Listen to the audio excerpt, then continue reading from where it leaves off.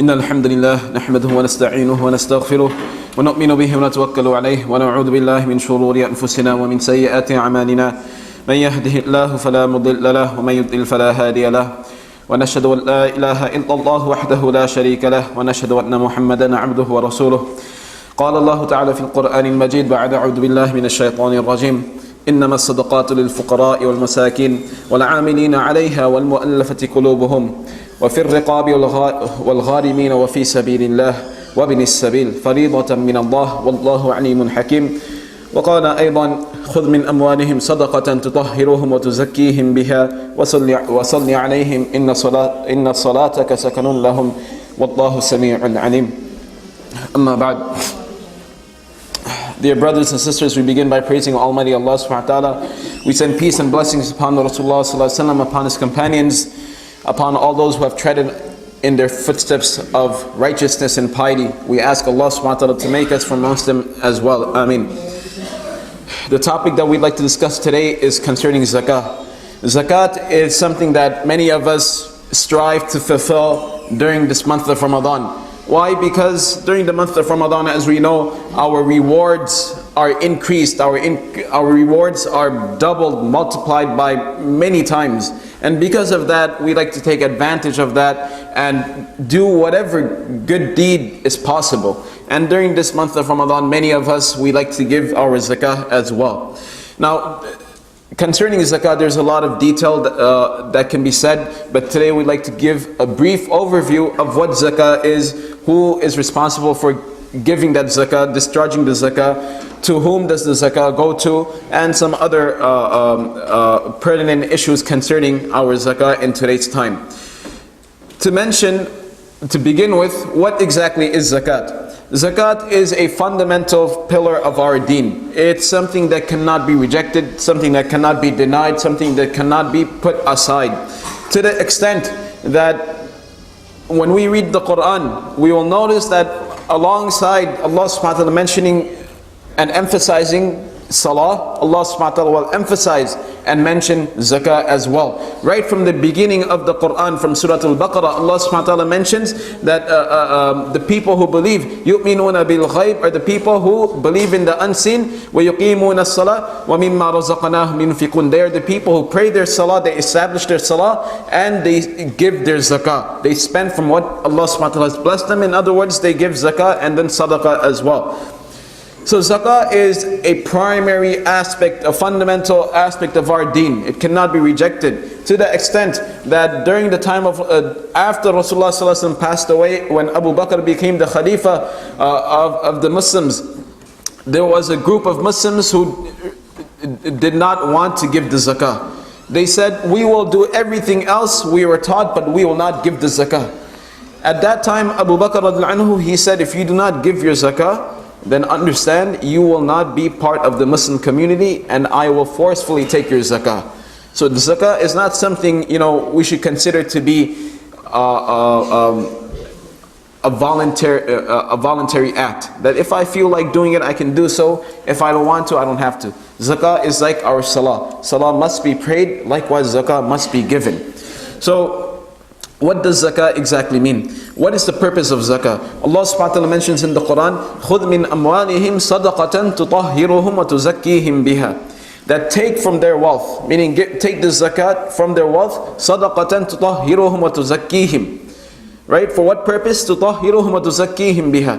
To purify their wealth. In other words, the purpose of zakah is the purification of our wealth. Just like we know that the purpose of salah, one of the wisdom of salah which Allah subhanahu wa ta'ala has mentioned in the Quran is أَقِمِ الصَّلَاةَ لِذِكْرِ, that establish salah for the remembrance of Allah subhanahu wa ta'ala. Likewise, the purpose, the wisdom behind zakah is for the purification of our wealth. In other words, what that means is if a person is eligible or is liable to give his zakah, and the person does not give their zakah, then that person's wealth has not been purified. Right? That's a big deal. The person's wealth has not been purified in the sight of Allah subhanahu wa ta'ala. And really, for just a small amount, 2.5% of our aggregate wealth, our aggregate savings, we have to give. And it's not, not everyone is liable, we'll go over the amount, but just for that small amount, Allah subhanahu wa ta'ala purifies all our wealth. Not only is our wealth purified, but Allah subhanahu wa ta'ala puts barakah, blessings into our wealth, and Allah subhanahu wa ta'ala protects our wealth. For a person to think that, I'm giving away 2.5% of my wealth, my wealth is diminishing or whatnot, that's the exact opposite of what's happening. When we give our sadaqah, when we give our zakah, we are protecting our wealth, we are putting barakah in our wealth, and we are purifying our wealth. And that's necessary. We have to do that.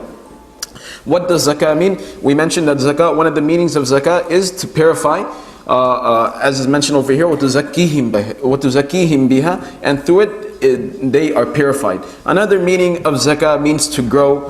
In Arabic, sometimes it's said zakah zar'u, that the crops, they grew. Meaning, when a person gives zakah, not only is their wealth purified, but their wealth now grows and accumulates as well. Because of the barakah Allah subhanahu wa ta'ala puts inside a person's wealth for giving the zakah. Now, who needs to give the zakah?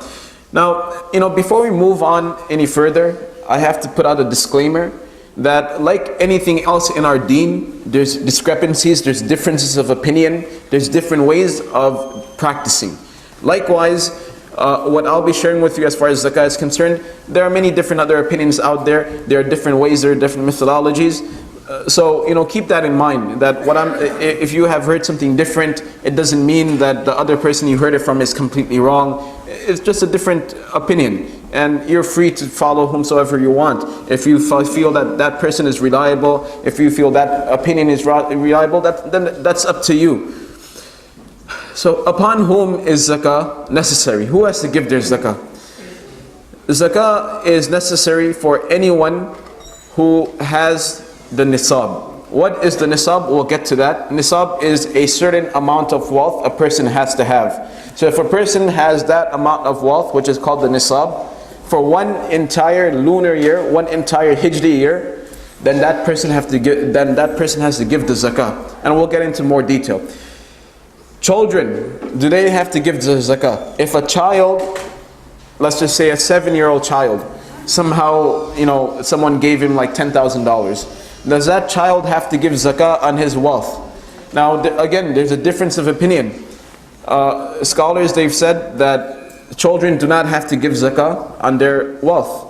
Likewise, parents do not have to give zakah from the wealth of their children. There's a secondary opinion which says that even the wealth of the children, zakah will have to be given. For our purpose, the more we give, the better it is for us. So although there's two opinions, I would highly encourage that if our children have more than the nisab, if they are eligible for zakah, if they are liable for zakah, then we should give the zakah on their behalf. Because again, the purpose of zakah is to purify our wealth, to increase our wealth, to put barakah in our wealth. So as Muslims, we should always be on the side where we're always looking to give. We're always finding opportunities to give. So therefore, children, if they have their zakah, if they are liable to give zakah, then we should try to give their zakah. Likewise, people who are considered insane. People who are considered insane, they have severe mental disorders. For those people, again, the same opinion, yes or no. But again, we should try to give our zakah. So a person who has the nisab for more than one lunar year, that person has to give zakah. That person is liable for giving the zakah. One very important aspect about giving the zakah is that when we give our zakah, we have to have intention of giving the zakah.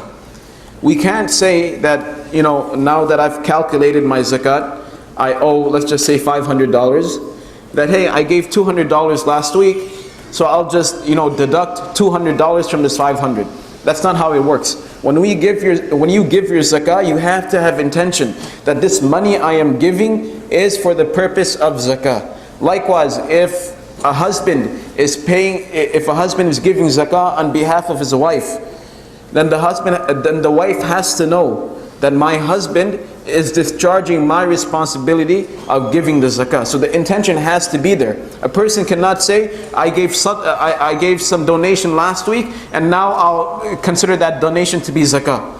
When the money is given, the intention of zakat has to be present. So that's very important.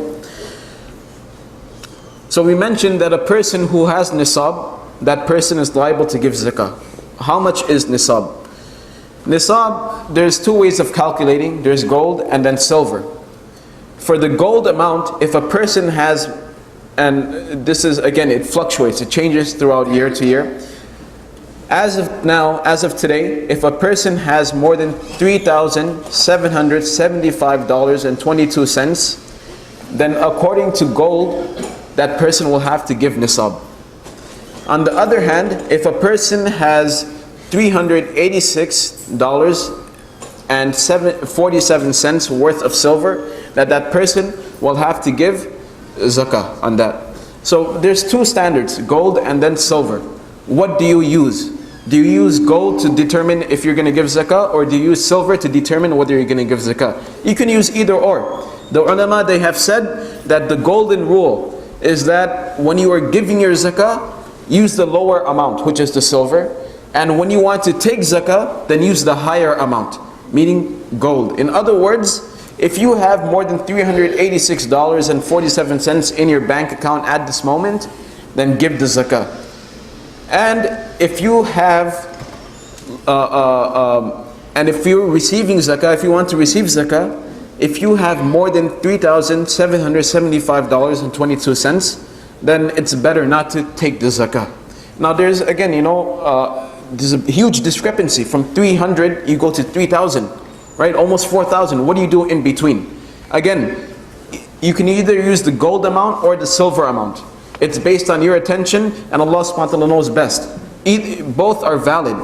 And the golden rule is, we said, we use the lower amount when we're giving and the higher amount when we're taking. But because we have such a huge amount in between, each person has to look at their individual case. That I may have $500, which is more than the liable amount for silver, but I have so many expenses. Well, aside from the expenses, but I have $500, but this $500 barely meets my needs. Then at that time, again, it's okay to take the gold amount, right? So to summarize, zakah can be calculated either through gold or silver. It's up to you, right? Gold amount, if you have more than $3,775, then you give zakah. If you have less than that, then you can take zakah. If silver, if you have more than 386, you give zakah. If you have under that, then you take zakah. Again, it's up to you what you choose to use, either the gold or the silver. Now, categories of zakah. What do you give zakat on? You give zakat on gold, silver, and cash. You give zakat on business commodities, right? There's a difference between business commodities and then personal use. If you have a car, if you have 4 cars, and they're all for your personal use, you have 1 car for yourself, 1 car for your wife, 1 car for your child, 1 car just for a decorative showpiece, whatever, right? A collection. There's no zakat on that. That's your personal asset. However, if you run a business, let's just say you buy and sell cars, then every single car you own that is for sale, you have to pay zakat on that. Likewise, if you have properties that you own, if you have 5 properties, right? And from the 5 properties, 1 property you live in, now 4 properties, for the 4 properties, you've rented them out. For the rental properties, there's no zakah. But the money you get from the rental property, you pay zakat on that. However, if these 4 properties, you put them up for sale, then whatever is up for sale, you will have to pay zakat on it. And you pay zakat according to the market value, meaning the price you are selling it for, not for the purchase value, not for the cost amount. You may have bought a house for $10,000, but now you're selling it for $75,000. So you base your zakat on the $75,000. Can the brothers please move up? Jazakallah khair. Alright. So in today's time, really, that's the only thing that's applicable to us. Gold, silver, and cash, and then business commodities. But zakat also covers livestock, animals, agriculture, But that really doesn't concern us, because none of us are farmers over here, and none of us have livestock. Some of us may consider our children to be animals, but that doesn't count, right? So now getting into the 1 year rule, that if you have nisab and it's for 1 year, what does that 1 year mean? It means that, let's just say you're a student. You're a student and you only have your parents send you, $200 a month and you live off that, right? Let's just say tomorrow you get a job, and then 2 weeks from then you get your first paycheck, and your first paycheck is $2,000. Now $2,000, according to silver amount, you automatically become liable to give zakah. So let's just say you're going according to silver. So from the time you have more than the amount of nisab, from that day you become liable to give zakah till the next year. So if, let's just say on the 15th of, and remember, we use the lunar calendar, the Islamic calendar. So let's just say from the 15th of the month of Shaban, 15th of Shaban, we become liable for zakah. We have more than nisab. Then the next year, 15th of Shaban, when we look at all our money that we have, if we have more than the nisab, then we give zakah according to that, right? In other words, let's just say that on the 15th of Shaban, I became liable to give zakah. Next year, 15th of Shaban, I become insolvent. I don't have any money. I become bankrupt. I don't have to give the zakah. And zakah, once you choose a date for yourself, then you stick to that date. So although you became liable to give zakah on the 15th of Shaban, right? Let's just say you want to give your zakah on the 15th of Ramadan every single year, right? So every single year of the 15th of Ramadan, you will look at your bank balance, right? You will look at your bank balance. You will look at, if you own a business, how much commodity you have. And then based on that, if you have more than the nisab, then you give your zakah, right? That's how it works, 1 year. And let's just say next year on the 15th of Ramadan, we see that we don't have that amount. We don't have the nisab. Then there is no zakat to give. Another example or another scenario may be that on the 15th of Ramadan, we give our zakat. Now on the 1st of Ramadan, we make a huge business transaction and we get $50,000 in our bank. Do you have to give zakat on that 50,000? Yes, you do, right? So on the day when you are giving your zakah, when you are discharging your zakah, whatever amount you have, whether it's in liquid cash, whether it's in business commodities, whatever amount you have to give zakah on everything, right? And we explained the difference between an investment and a business commodity. Investment is something you keep aside for a long term. You're not putting it up for sale. Someone may purchase a piece of land and they'll keep that piece of land for the next 20 years. There's no zakat on that. But if you buy a piece of land today and then you put it up for sale through a realtor, then you have to give zakah on that, right? Likewise, if you have 4 or 5 houses, they're all for rent. They're all rental properties. No zakat on the houses. The money that you get from the houses, from the rent, you have to pay zakat on that. But the very day you put for sale signs on those houses, then you have to give zakat on those houses when the time to give your zakat comes. So let's just say that on the we give our zakat on the 15th of the month of Ramadan. On the first day of Ramadan, we have 5 houses and we put all these 5 houses for sale. So on the 15th of Ramadan, we will have to calculate the market value of all these houses along with the amount of cash we have saved in our bank, and then we will have to give zakat accordingly, right? That's how it works. Now, we mentioned that zakat was, you have to give zakat on gold and silver, right? Jewelry which is gold plated, right? Gold plated jewelry, there is no zakat on gold plated jewelry.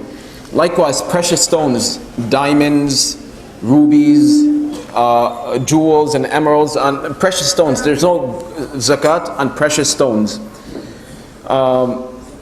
personal items are exempt from zakat, right? Personal items. So again, you have 5 cars, and all 5 cars are, for your personal use. There's no zakat on personal items. You can have $1 million home, no zakat on your home, right? Investments and rental properties. We mentioned there's no zakat in investments and rental properties, right? What about stocks and mutual funds, right? Now, for stocks and mutual funds, it's again a stock and a mutual fund. There's many different opinions. A stock and a mutual fund you can consider to be an investment, right? So you pay your zakat on the dividends that you receive from your stocks and mutual funds, right? That's if you're investing. But let's just say you're a stockbroker and you're aggressively buying and selling stock. Then you will pay your zakah according to the value of whatever stock you own right now, because now you're buying and selling. So it works the same way. Just like how you would pay based on business commodity that you're selling and buying right now.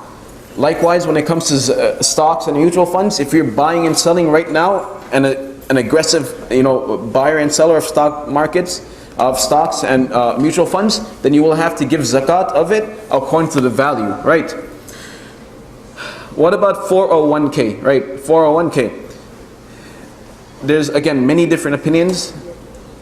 What I feel is the most appropriate and the most reliable opinion is that there is no zakat on 401k until it has been cashed out. So once your 401k has been cashed out, once you have access to that, to those funds, that's when your zakah for the 401k you will be liable for it. Before that, you will not be liable for giving zakah. Now, there's different types of 401k plans. Sometimes you have access to it and whatnot, right? But for a general overview, you will only pay zakat on your 401k when you cash it out, right? What about debt, right? Do you give zakat if you are in debt, right? Now, with debt, there's actually 2 types. What if someone owes, let's just say someone owes me money. Do I have to pay zakat on that amount? So let's just say you have a really good friend and you give him $10,000, right? If you can, so what happens to that money? If you can collect at any time, then yes, you must calculate that into the zakat as above. In other words, you give $10,000 to your friend, and you know that your friend has the $10,000 in his bank account, and if you simply ask him, he'll give it to you, and you're just not asking him for it, but you have access to that money, and in other words, it's a good lend, right? It's a good debt. The person will give it back to you as soon as you ask him for it.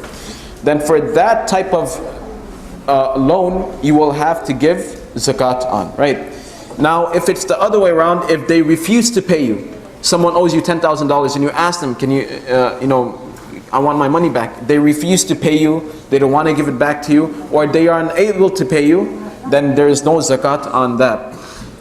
One thing I want to mention about giving our zakah is that when we are calculating our zakah, you have to deduct your monthly expenses, right? So let's just say on the 15th of Ramadan, you're ready to give your zakah, and let's just say there's $10,000 in your bank account, right? Now from the $10,000, you will deduct all your expenses for this month. So all the bills you have to pay, the grocery shopping, and let's just say that comes out to be $2,000, right? And now you have $8,000 to give zakat on. And zakat is a little different from the tax that we pay, right? In America, in many countries in the world, you pay tax, right? And tax is based on your income. Zakah is not based on your income. The zakah is based on your aggregate savings. So whatever you save, so you may be making $1 million a year, but at the end, because you spend so much, you only have $20,000 left in your bank account. So you will only pay based on that $20,000, right? What about debts? If you have debts, right? Now, there's 2 types of debts. There's one type of debt where you have to give immediately, and then there's the other type of debt where you pay in installments. So for many of us, when we purchase houses, when we purchase cars, then we pay in installments. When we pay debts in installments, then we calculate according to the installments. We do not calculate according to the overall debt. So let's just say you purchase a car for $40,000, right? And you pay $400 a month in installments, right? So when you are calculating your zakah, you do not count the $40,000. Rather, you just count the $400 that you are going to give during this month. Likewise with a house. On the other hand, if you have a debt that you have to pay immediately, let's just say you purchase a house and there's a month left to pay it off, right? And you have to give $25,000 immediately, as soon as possible. Only then do you calculate the entire thing, right? So I hope I've managed to clarify that as far as our debt is concerned. Now, one of the biggest things that I've always been, that I'm constantly being asked, to whom can we give our zakah, right? As Allah subhanahu wa ta'ala mentions in the Quran, إِنَّمَا الصَّدَقَاتِ لِلْفُقَرَاءِ وَالْمَسَاكِينِ, right? That sadaqah is only for the fuqara and masakin. Fuqara are the people who have nothing at all. Masakin are the people who have barely enough to survive, scant amount of resources and wealth. وَالْعَامِلِينَ عَلَيْهَا, and there's basically 8 categories, right? For us, there's really just 2 categories that apply. It's the people who have less than nisab. So anyone who has less than the nisab, they are eligible to receive zakah, right? One of the questions that's always been asked is, can we give our zakah to the construction of masjids, to the construction of buildings, to Islamic projects, right? The most reliable, the most safe, the safest opinion is that zakat cannot be given to the construction of masjids. Zakat cannot be given to the construction of hospitals, buildings.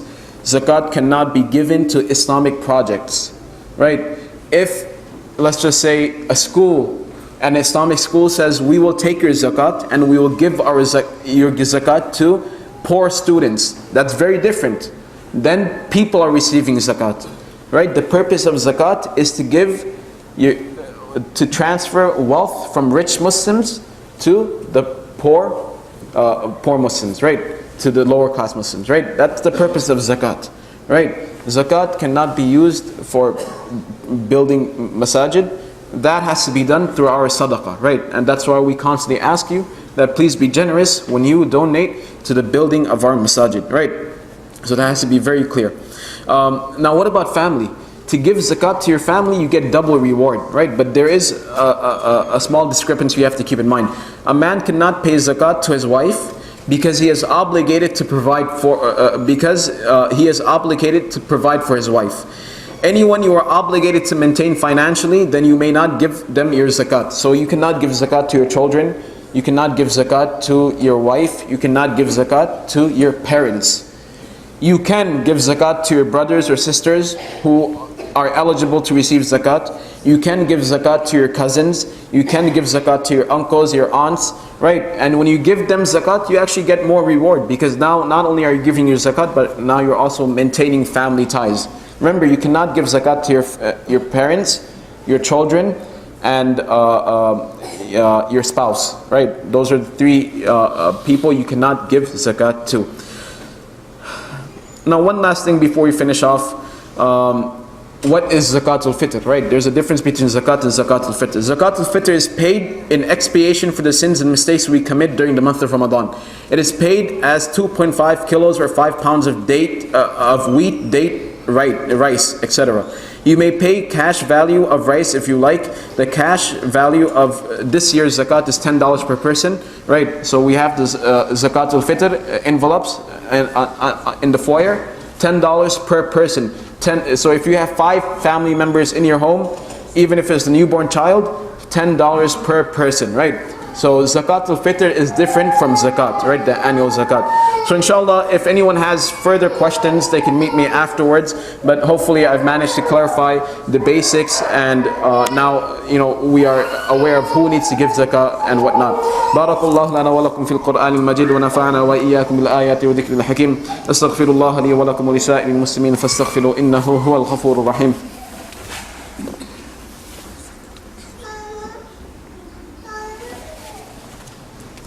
الحمد لله الذي أرسل رسوله بالهدى ودين الحق ليظهره على الدين كله وكفى بالله شهيدا ونشهد أن لا إله إلا الله وحده لا شريك له ونشهد أن محمدا عبده ورسوله أعوذ بالله من الشيطان الرجيم إن الله وملائكته يصلون على النبي يا أيها الذين آمنوا صلوا عليه وسلموا تسليما اللهم صل على محمد عبدك ورسولك وصل على المؤمنين والمؤمنات والمسلمين والمسلمات وبارك على محمد وأزواجه وذريته قال النبي عليه الصلاة والسلام أرحم أمتي بأمتي أبو بكر وأشدهم في أمر الله تعالى عمر وأصدقهم حياء عثمان وأقضاهم علي وفاطمة سيدة نساء أهل الجنة والحسن والحسين سيد شباب أهل الجنة وحمزة أسد الله وأسد رسوله رضوان الله تعالى عليهم أجمعين.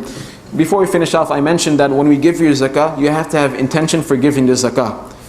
However, when you're giving the zakah, you don't tell the person, here's my zakat money, right? You don't do that, right? You just give it to them. You can tell them, this is a gift from me. You know, you're my brother or my sister, I love you. Here's a little gift from me to your family. You don't have to tell them, this is my zakat money, take it, right? You have to have the intention, but you don't have to verbally mention it or express it. With that, we finish, inshallah. If anyone has further questions, they can meet me afterwards, any specifics, and inshallah, I'll try my best to answer. A small favor we would like from our community is that after the salah, you give us 5 minutes of your time. We would like to mention some very important announcements. So after the salah, just give us 5 minutes of your time, please. Jazakallah khair. Inna Allah ya'muru bil adli wal ihsan wa ita'i dhil qurba wa yanha 'anil fahsha'i wal munkari wal baghi ya'idukum la'allakum tadhakkarun. Fadhkurullaha yadhkurukum washkuruhu wa la takfurun. Aqimus salah.